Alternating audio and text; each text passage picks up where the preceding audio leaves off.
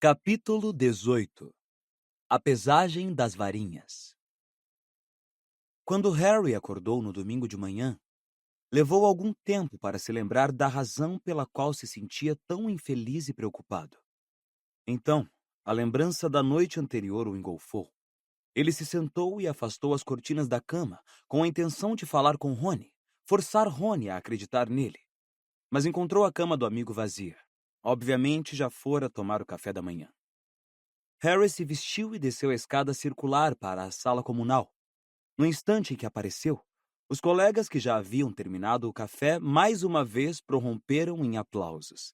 A perspectiva de chegar no salão principal e encarar o restante dos colegas da Grifinória, todos tratando-o como uma espécie de herói, não era nada convidativa. Mas era isso ou ficar ali encurralado pelos irmãos Creevy, que lhe acenavam freneticamente para que fosse se juntar a eles.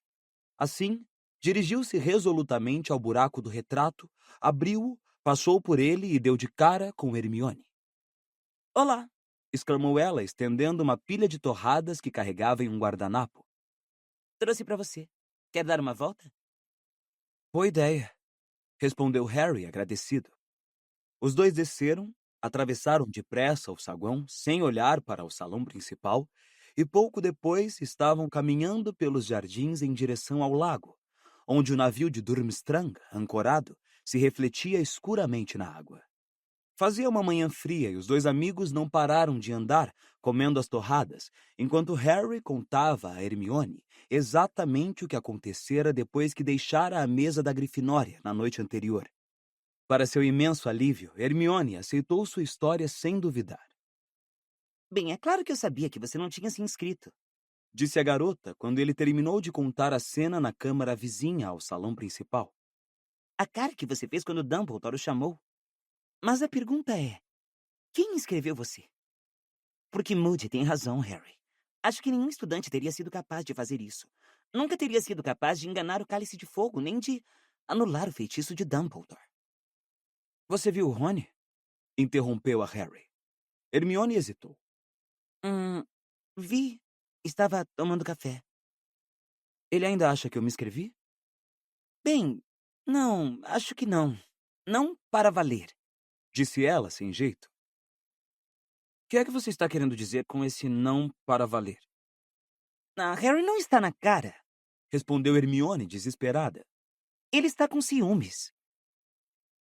Com ciúmes? Repetiu o garoto, sem acreditar. Com ciúmes de quê? Será que ele quer fazer papel de babaca na frente da escola inteira? Olha, Disse Hermione, pacientemente. é sempre você que recebe todas as atenções, você sabe que é. Sei que não é sua culpa. Acrescentou ela depressa, vendo Harry abrir a boca indignado. Sei que você não quer isso, mas... Bem, sabe, Rony tem todos aqueles irmãos competindo com ele em casa, e você é o melhor amigo dele, e é realmente famoso. Rony é sempre deixado de lado quando as pessoas veem você, e ele aguenta isso sem reclamar. Mas acho que mais essa vezinha foi demais. Ótimo, disse Harry com amargura. Realmente ótimo. Diga a ele que troco de lugar quando ele quiser. Diga a ele que meu lugar está às ordens. Gente olhando de boca aberta para minha cicatriz para todo lado que vou. Não vou dizer nada a ele. Falou Hermione com rispidez. Diga você mesmo, é o único jeito de resolver isso. Não vou correr atrás dele para fazer ele crescer, disse Harry, tão alto que várias corujas pousadas em uma árvore próxima levantaram voo assustadas. Talvez ele acredite que não estou me divertindo quando me partirem o pescoço ou... Isso não tem graça. Disse Hermione baixinho. Não tem a menor graça. Ela parecia extremamente ansiosa. Harry, estive pensando. Você sabe o que precisamos fazer, não sabe? Depressa, assim que voltarmos ao castelo. Sei, tacar no Rony um bom chute na... Escrever a Sirius.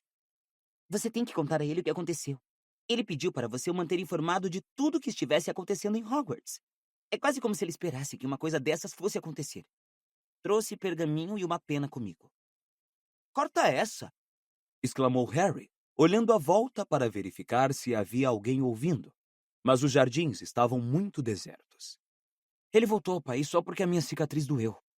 Provavelmente invadiria o castelo furioso se eu contasse que alguém me inscreveu no torneio Tribruxo, Sirius iria gostar que você contasse a ele.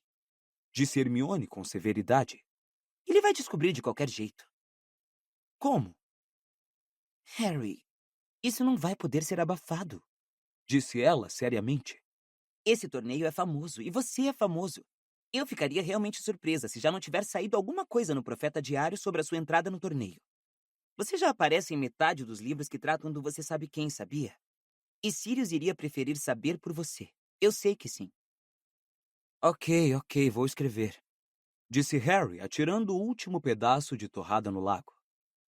Os dois ficaram parados, observando o pão flutuar por um instante, antes de um grande tentáculo emergir e engoli-lo por baixo. Depois disso, retornaram ao castelo.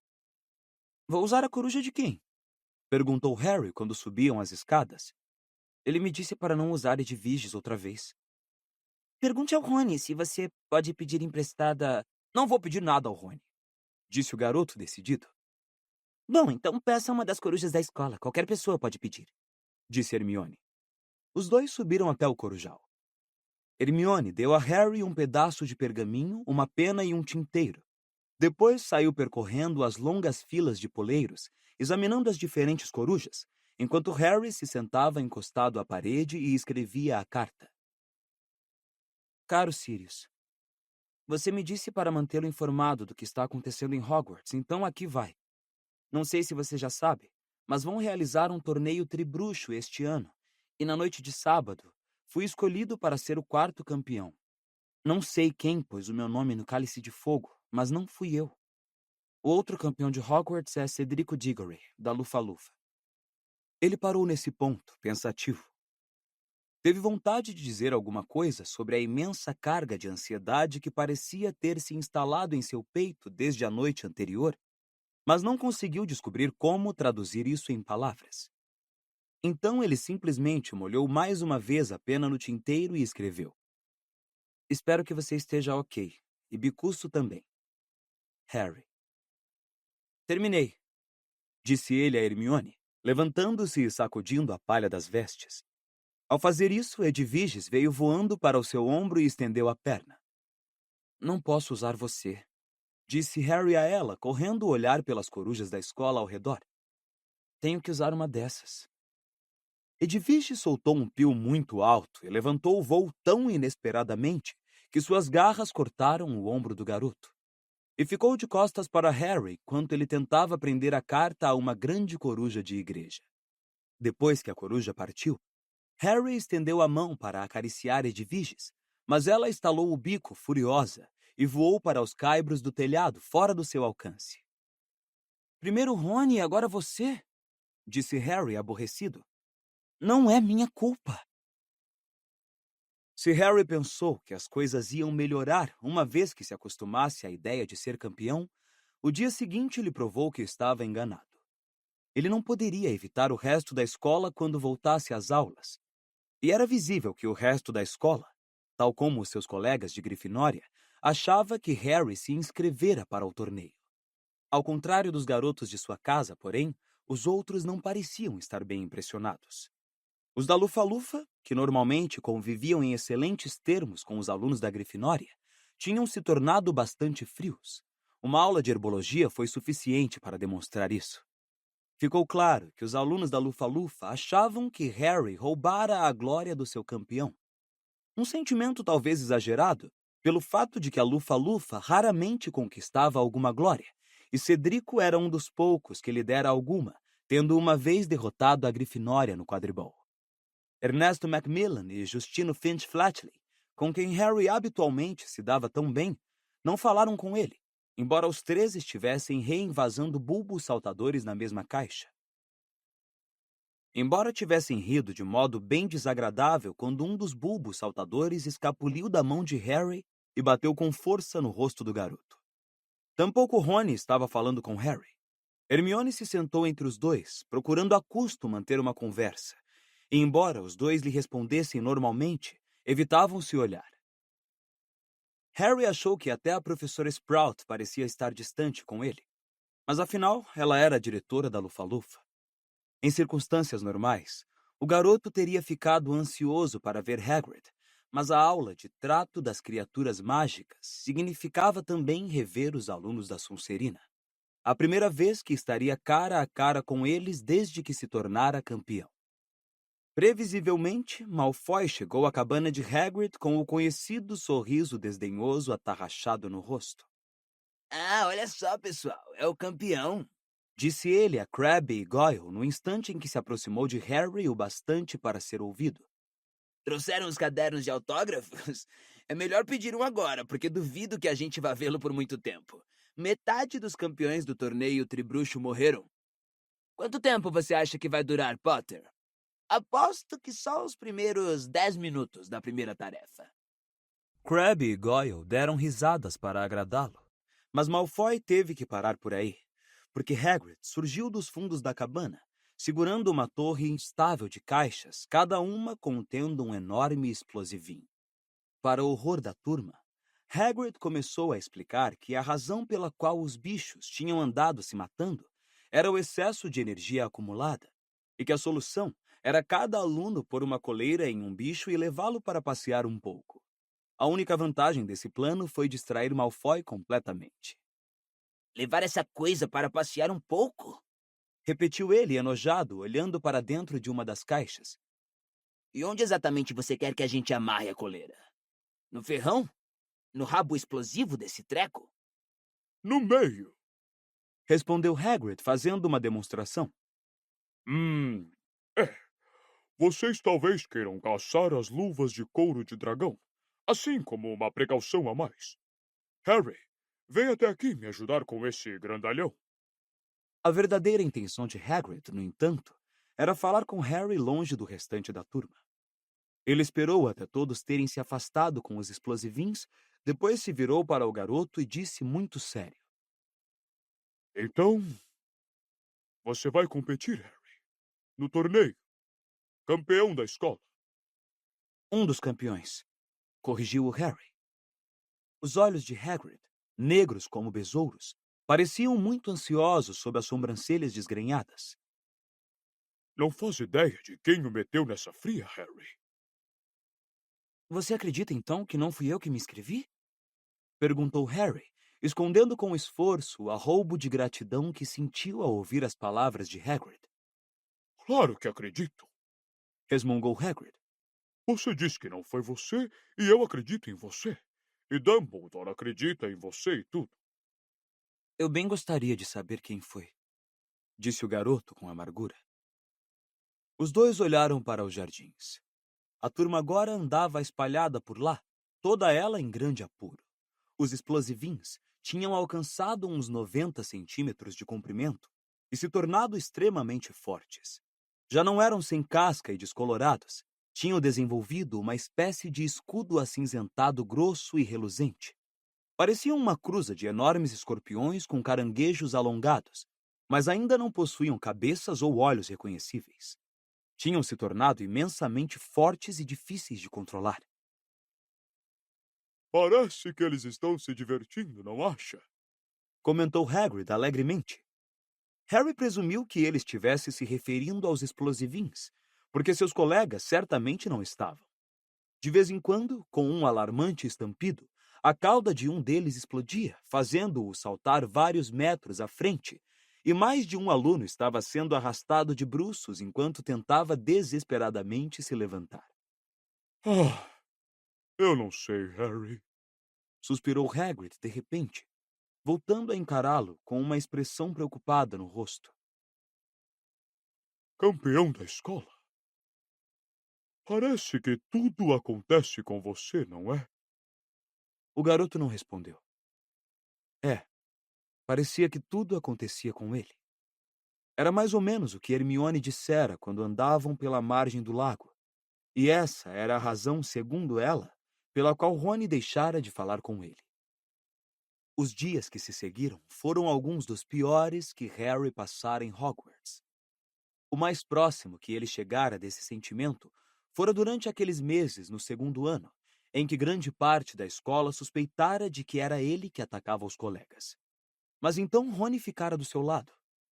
Harry achava que poderia suportar a atitude do resto da escola se ao menos pudesse ter Rony outra vez como amigo, mas não ia tentar persuadi-lo a voltarem a se falar se ele não queria.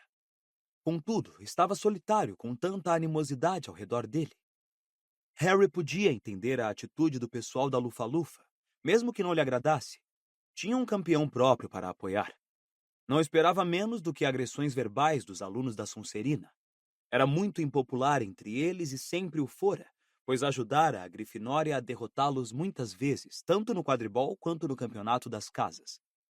Mas alimentara a esperança de que os colegas da Corvinal tivessem a bondade de apoiá-lo tanto quanto a Cedrico. Mas se enganara. A maioria dos alunos daquela casa parecia pensar que estivera desesperado para conquistar um pouco mais de fama, fazendo o Cálice de Fogo aceitar seu nome. Depois, havia ainda o fato de Cedrico se enquadrar muito melhor no papel de campeão do que ele. Excepcionalmente bonito, nariz reto, cabelos escuros e olhos cinzentos, era difícil dizer quem era o alvo de maior admiração ultimamente, se Cedrico ou Victor Krum. Harry chegou a presenciar as mesmas garotas do 6º ano que se empenharam tanto para obter um autógrafo de Krum, suplicando a Cedrico para assinar suas mochilas na hora do almoço. Entre mentes, não havia resposta de Sirius. Edwige se recusava a se aproximar dele.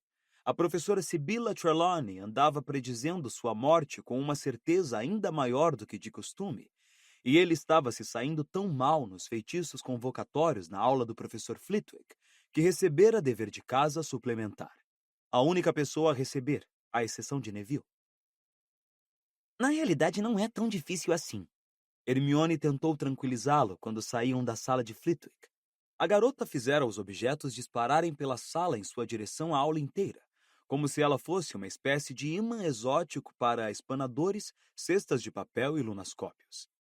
Você simplesmente não se concentrou como devia. E por que teria sido isso? Perguntou Harry sombriamente, quando Cedrico Diggory passou por eles, cercado por um grande grupo de garotas que sorriam debilmente e olhavam para Harry como se ele fosse um explosivinho particularmente grande. Mesmo assim, deixa para lá, não é? 2 tempos de poções à espera da gente hoje à tarde. A aula de poções sempre fora uma experiência terrível, mas ultimamente chegava quase a ser uma tortura. Ficar trancado em uma masmorra durante 1h30 com Snape e os alunos da Sonserina, todos decididos a castigar Harry o máximo por se atrever a ser campeão da escola, era a coisa mais desagradável que ele poderia imaginar. Já aturara uma sexta-feira, com Hermione sentada ao seu lado, entoando entre dentes: Não ligue, não ligue, não ligue. E ele não conseguia ver porque esta seria melhor. Quando ele e a amiga chegaram à porta da masmorra de Snape depois do almoço, encontraram os alunos da Sonserina esperando à porta, cada um deles usando um distintivo no peito. Por um instante delirante, Harry pensou que fossem distintivos do FALE, mas logo viu que todos continham a mesma mensagem em letras vermelhas luminosas, que brilhavam vivamente no corredor subterrâneo mal iluminado. Apoie Cedrico Diggory, o verdadeiro campeão de Hogwarts. Gostou, Potter? Perguntou Malfoy em voz alta quando Harry se aproximou. E isso não é só o que eles fazem, olha só. E apertou o distintivo contra o peito. A mensagem desapareceu e foi substituída por outra, que emitia uma luz verde. Potter fede. Os alunos da Sonserina rolaram de rir. Cada um deles apertou o distintivo também, até que a mensagem Potter fede estivesse brilhando vivamente a toda a volta do garoto. Ele sentiu uma onda de calor subir pelo pescoço e o rosto. Ah, engraçadíssimo, Disse Hermione com sarcasmo a Pansy Parkinson e sua turma de garotas da Sonserina, que riam mais gostosamente do que quaisquer outros. É realmente engraçadíssimo. Rony estava parado, encostado à parede com Dino e Simas. Ele não estava rindo, mas tampouco defendia Harry. Quero um Granger. Perguntou Malfoy, oferecendo um distintivo a Hermione. Tem um monte, mas não toque na minha mão agora. Acabei de lavá-la, sabe? E não quero que uma sangue ruim a suje. Uma parte da raiva que Harry vinha sentindo havia dias pareceu romper um dique em seu peito. Ele apanhou a varinha antes que conseguisse pensar no que estava fazendo. As pessoas em volta se afastaram correndo, recuaram pelo corredor. Harry! Gritou Hermione em tom de aviso. Anda, Potter, usa! Disse Malfoy em voz baixa, puxando a própria varinha. Moody não está aqui para proteger você agora. Usa se tiver peito. Por uma fração de segundo, eles se encararam nos olhos. Depois, exatamente ao mesmo tempo, os dois agiram. Furúnculos! Berrou Harry. Denson Geo! Berrou Malfoy. Feixes de luz saíram de cada varinha, colidiram em pleno ar e ricochetearam em ângulo. O de Harry atingiu Goyle no rosto e o de Malfoy e Hermione. Goyle berrou e levou as mãos ao nariz, de onde começaram a brotar furúnculos enormes e feios. A garota, chorando de dor, apertou a boca. Hermione! Rony correu para ela para ver o que acontecera. Harry se virou e viu Rony tirando a mão de Hermione do rosto. Não era uma visão agradável. Os dentes da frente da garota, que já eram maiores do que o normal, cresciam agora a um ritmo assustador. A cada minuto, a garota se parecia mais com um castor, pois seus dentes se alongavam, ultrapassavam o lábio inferior em direção ao queixo. Tomada de pânico, ela os apalpou e soltou um grito aterrorizado. E que barulheira é essa? Perguntou uma voz suave e letal. Snape chegara. Os alunos da Sonserina gritavam, tentando dar explicações. Snape apontou um dedo longo e amarelado para Malfoy e disse: Explique. Potter me atacou, professor. Atacamos um ao outro ao mesmo tempo, gritou Harry. E ele atingiu Goyle, olhe. Snape contemplou Goyle, cujo rosto agora lembrava a ilustração de um livro doméstico sobre cogumelos venenosos. Ala hospitalar, Goyle, disse o professor calmamente. Malfoy atingiu Hermione, disse Rony. Olhe. O garoto obrigou Hermione a mostrar os dentes a Snape. Ela se esforçava ao máximo para escondê-lo com as mãos, embora isso fosse difícil, porque agora tinham ultrapassado o seu decote. Pansy Parkinson e outras garotas da Sonserina se dobravam de rir em silêncio, apontando para Hermione pelas costas de Snape. Snape olhou friamente para Hermione e disse: Não vejo diferença alguma. Hermione deixou escapar um lamento. Seus olhos se encheram de lágrimas. Ela deu meia volta e correu. Correu pelo corredor afora e desapareceu. Foi uma sorte, talvez, que Harry e Rony tenham começado a gritar com Snape ao mesmo tempo. Sorte que suas vozes tenham ecoado tão forte no corredor de pedra, porque na confusão de sons, ficou impossível o professor ouvir exatamente os nomes de que o xingaram. Mas ele captou o sentido. Vejamos, disse na voz mais suave do mundo. 50 pontos a menos para a Grifinória e uma detenção para cada um. Potter e Weasley. Agora entrem ou será uma semana de detenções. Os ouvidos de Harry zumbiram. A injustiça daquilo o fez desejar amaldiçoar Snape, desintegrá-lo em 1000 pedacinhos nojentos.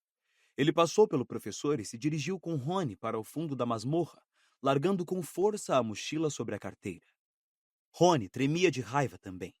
Por um instante, pareceu que tudo voltara ao normal entre os dois, mas em vez disso, Rony se virou e se sentou entre Dino e Simas, deixando Harry sozinho na carteira. Do lado oposto da masmorra, Malfoy deu as costas para Snape e comprimiu o distintivo, rindo-se. O Potterfed lampejou mais uma vez pela sala. Harry se sentou e ficou encarando Snape quando a aula começou, visualizando coisas horríveis acontecendo ao professor. Se ao menos ele soubesse executar uma maldição Cruciatus, atiraria Snape no chão de costas como aquela aranha, contorcendo-se e estribuchando. Antídotos, disse Snape, abrangendo a turma toda com o olhar, seus olhos negros e frios brilhando de forma desagradável. Vocês já tiveram tempo de pesquisar suas fórmulas.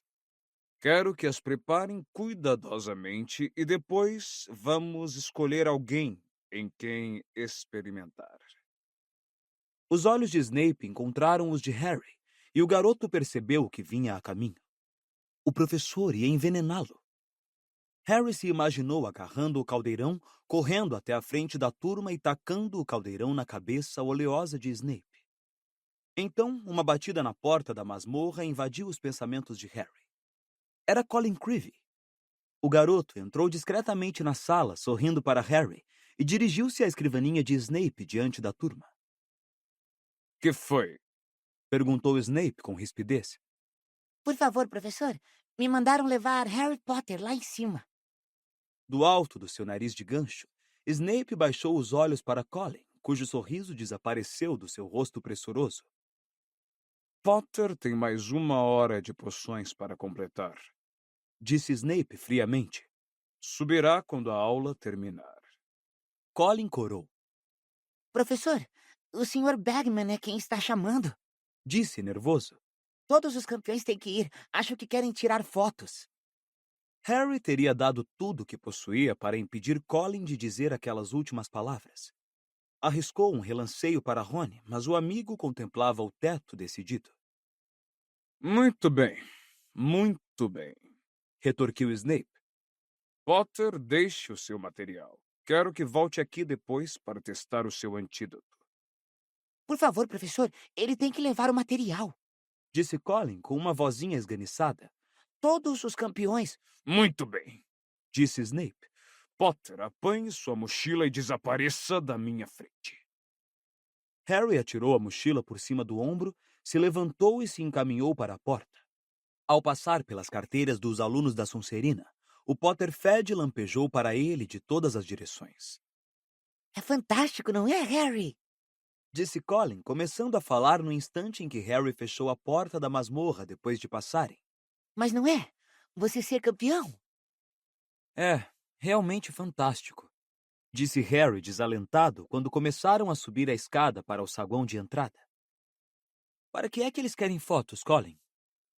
O Profeta Diário, acho. Ótimo, disse Harry sem emoção. É exatamente do que estou precisando. Mais publicidade. Boa sorte. Disse Colin quando chegaram à sala certa. Harry bateu na porta e entrou. Era uma sala de aula relativamente pequena. A maior parte das carteiras fora afastada para o fundo do aposento, deixando um amplo espaço no meio.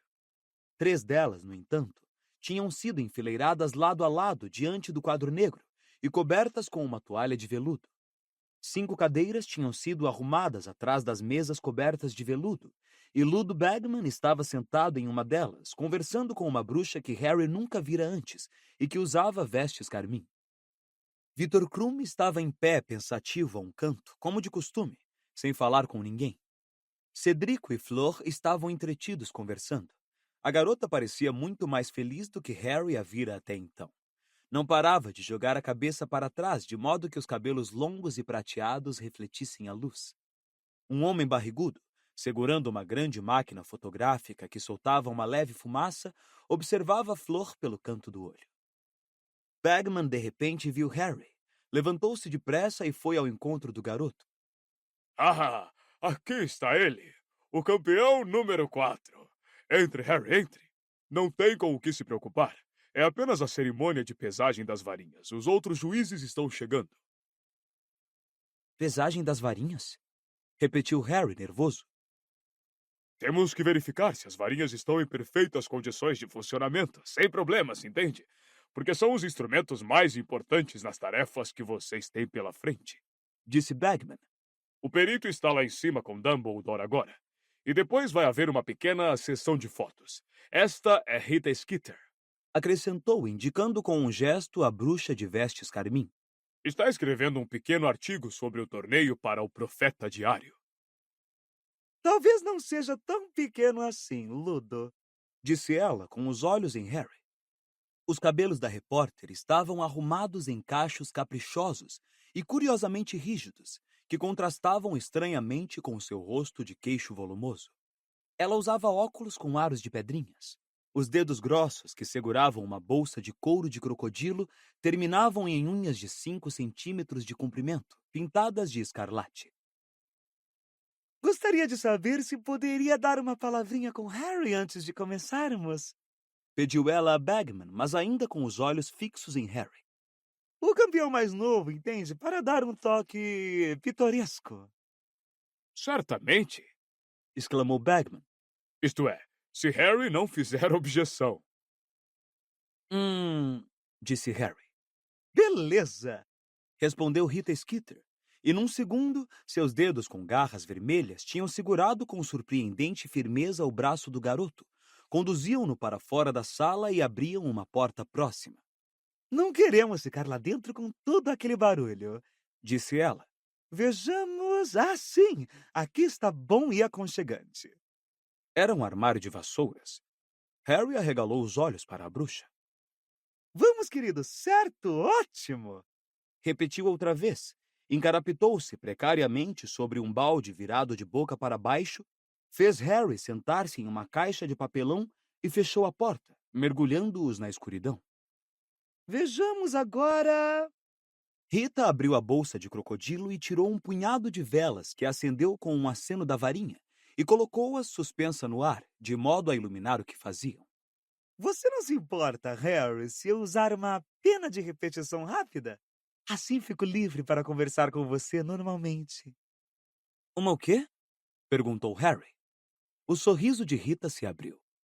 Harry contou 3 dentes de ouro. Mais uma vez, ela meteu a mão na bolsa e tirou uma pena comprida verde ácido e um rolo de pergaminho, que abriu entre os dois em cima de uma caixa de removedor mágico multiuso da Sra. Scower. Ela levou a ponta da pena verde à boca, chupou-a por um instante com cara de quem estava gostando. Depois colocou-a em pé sobre o pergaminho, onde a pena ficou equilibrada, tremendo ligeiramente. Teste. Meu nome é Rita Skeeter, repórter do Profeta Diário. Harry olhou depressa para a pena. No momento em que Rita falara, ela começou a escrever, deslizando sobre o pergaminho. A atraente Rita Skeeter, 43 anos, cuja pena em frene já esvaziou muitas reputações infladas. Beleza! Disse Rita Skeeter mais uma vez, e rasgou a parte escrita do pergaminho, amassou-a e meteu-a na bolsa. Inclinou-se então para Harry e disse: Então, Harry, o que fez você decidir entrar no torneio Tribruxo? Disse Harry outra vez, mas foi distraído pela pena. Embora não estivesse falando, ela continuava a correr pelo pergaminho, e seguindo-a, o garoto pôde ler uma nova frase. Uma feia cicatriz, lembrança de um passado trágico, desfigura o rosto de outra forma encantadora de Harry Potter, cujos olhos... Não dê atenção à pena, Harry, disse Rita Skeeter com firmeza. Relutante, Harry ergueu os olhos para ela. Agora, por que decidiu entrar para o torneio, Harry? Eu não entrei, disse Harry. Não sei como foi que o meu nome foi parar no Cálice de Fogo. Eu não o pus lá. A repórter ergueu a sobrancelha fortemente delineada. Ora, Harry, não precisa ter medo de entrar numa fria. Todos sabemos que você não deveria ter se inscrito. Mas não se preocupe com isso. Os nossos leitores adoram rebeldias. Mas eu não me inscrevi, repetiu Harry. Não sei quem... Como é que você se sente com relação às tarefas que o aguardam? Perguntou Rita Skeeter. Excitado? Nervoso? Ainda não pensei realmente. Nervoso, suponho, disse Harry. Ao falar, suas entranhas reviraram desconfortavelmente. Houve campeões que morreram no passado, não é? Disse Rita com eficiência. Você chegou a pensar nisso? Bom, dizem que vai ser muito mais seguro este ano. A pena correu velozmente pelo pergaminho entre os dois, para frente e para trás, como se estivesse patinando. Naturalmente, você já viu a morte cara a cara antes, não é? Perguntou ela, observando-o atentamente. Como você diria que isso o afetou? Disse Harry uma terceira vez. Você acha que o trauma do passado o deixou desejoso de se pôr à prova, de fazer jus ao seu nome? Você acha que talvez tenha se sentido tentado a se inscrever no torneio Tribruxo porque... Eu não me inscrevi, disse Harry, começando a se sentir irritado. Você tem alguma lembrança dos seus pais? Perguntou Rita Skeeter, abafando a resposta do garoto. Não. Como você acha que eles se sentiriam se soubessem que você ia competir no torneio tribruxo? Orgulhosos, preocupados, zangados. Harry estava se sentindo realmente aborrecido agora. Como é que ele ia saber o que seus pais estariam se sentindo se fossem vivos? Percebeu que a jornalista o observava muito atentamente. De cara amarrada, ele evitou o seu olhar e baixou os olhos para as palavras que a pena acabara de escrever. As lágrimas marejaram aqueles olhos espantosamente verdes quando a nossa conversa se voltou para os pais de quem ele mal se lembra. Eu não estou com lágrimas nos olhos, disse Harry em voz alta. Antes que Rita Skeeter pudesse dizer uma palavra, a porta do armário de vassoura se escancarou. Harry olhou à volta, piscando para a claridade. Alvo Dumbledore estava parado ali, contemplando os dois apertados no armário. Dumbledore! Exclamou Rita Skeeter, parecendo encantada. Mas Harry reparou que a pena e o pergaminho tinham repentinamente desaparecido da caixa de removedor mágico, e os dedos da jornalista, com garras nas pontas, fechavam apressadamente a bolsa de crocodilo. Como vai? Disse ela, erguendo-se e estendendo uma das mãos grandes e masculinas a Dumbledore. Espero que tenha visto meu artigo durante o verão sobre a Conferência da Confederação Internacional de Bruxos. Encantadoramente maldoso, respondeu o diretor com os olhos cintilantes. Gostei principalmente da descrição que fez de mim como um debilóide ultrapassado. A repórter não pareceu sequer remotamente desconcertada. Eu só estava tentando mostrar que algumas de suas ideias são tanto quanto antiquadas, Dumbledore, e que muitos bruxos nas ruas... Ficarei encantado de ouvir o raciocínio que fundamentou a grosseria, Rita, disse Dumbledore com uma reverência cortês e um sorriso. Mas receio que tenhamos de discutir esse assunto mais tarde. A pesagem das varinhas vai começar e não pode ser realizada se um dos campeões estiver escondido em um armário de vassouras. Satisfeitíssimo de se afastar de Rita Skeeter, Harry correu de volta à sala. Os outros campeões estavam agora nas cadeiras junto à porta, e ele se sentou depressa ao lado de Cedrico, com os olhos na mesa coberta de veludo, onde agora havia 4 dos 5 juízes: o professor Karkaroff, Madame Maxime, o Sr. Crouch e Ludo Bagman. Rita Skeeter se acomodou a um canto. Harry a viu tirar discretamente o pergaminho da bolsa, abri-lo sobre um joelho, chupar a ponta da pena de repetição rápida e equilibrá-la mais uma vez sobre o pergaminho. Gostaria de lhes apresentar o Sr. Olivaras, disse Dumbledore, ocupando seu lugar à mesa dos juízes e se dirigindo aos campeões. Ele vai verificar suas varinhas para garantir que estejam em boas condições antes do torneio. Harry olhou para os lados e, com um choque de surpresa, viu um velho bruxo com grandes olhos azul claros parado discretamente à janela.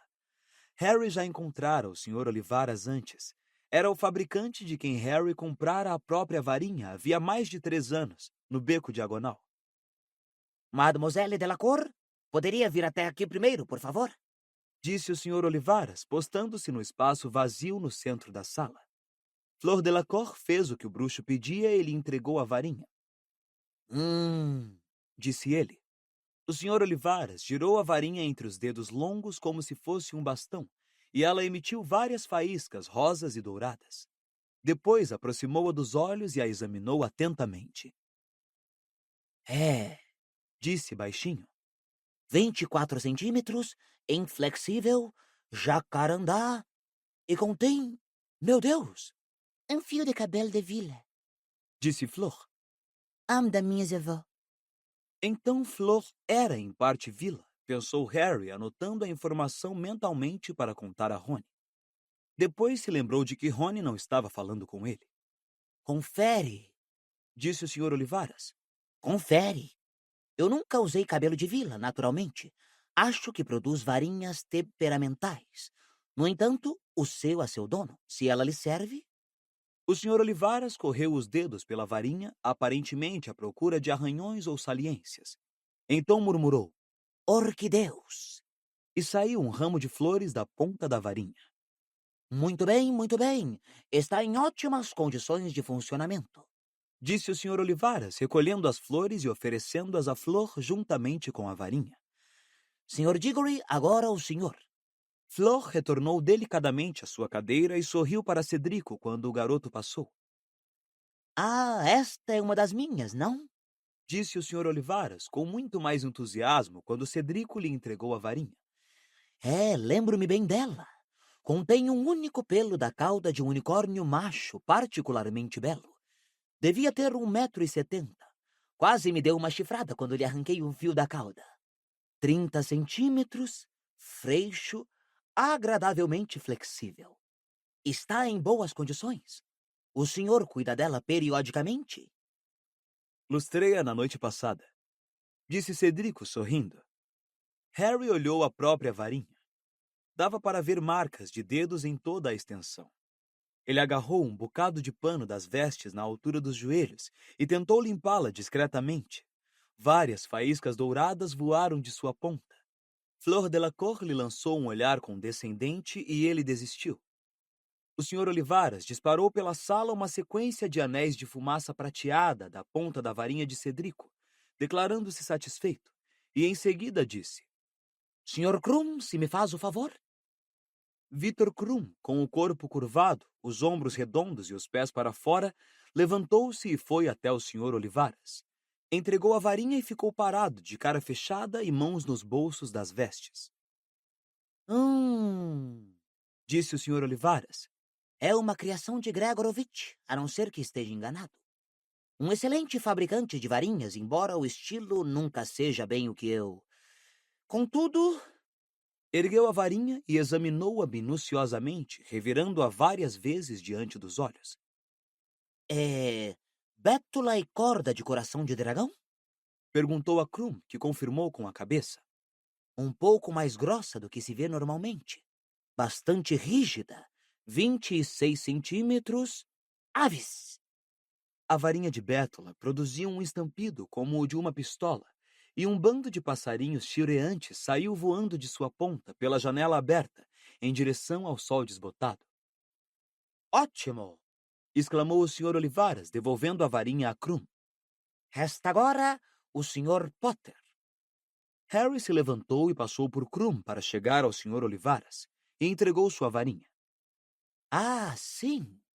Disse o perito, seus olhos azul claros repentinamente brilhando. Sim, sim, sim. Lembro-me muito bem. Harry se lembrava também. Lembrava-se como se tivesse sido ainda ontem. Há 4 verões, no seu 11º aniversário, ele entrara na loja do Sr. Olivaras com Hagrid para comprar uma varinha. O homem tirara suas medidas e em seguida começara a lhe dar varinhas para experimentar. Harry teve a impressão de que desprezara todas as varinhas da loja, até finalmente encontrar a que lhe servia, aquela que era feita de azevinho, 28 centímetros e continha uma única pena da cauda de uma fênix.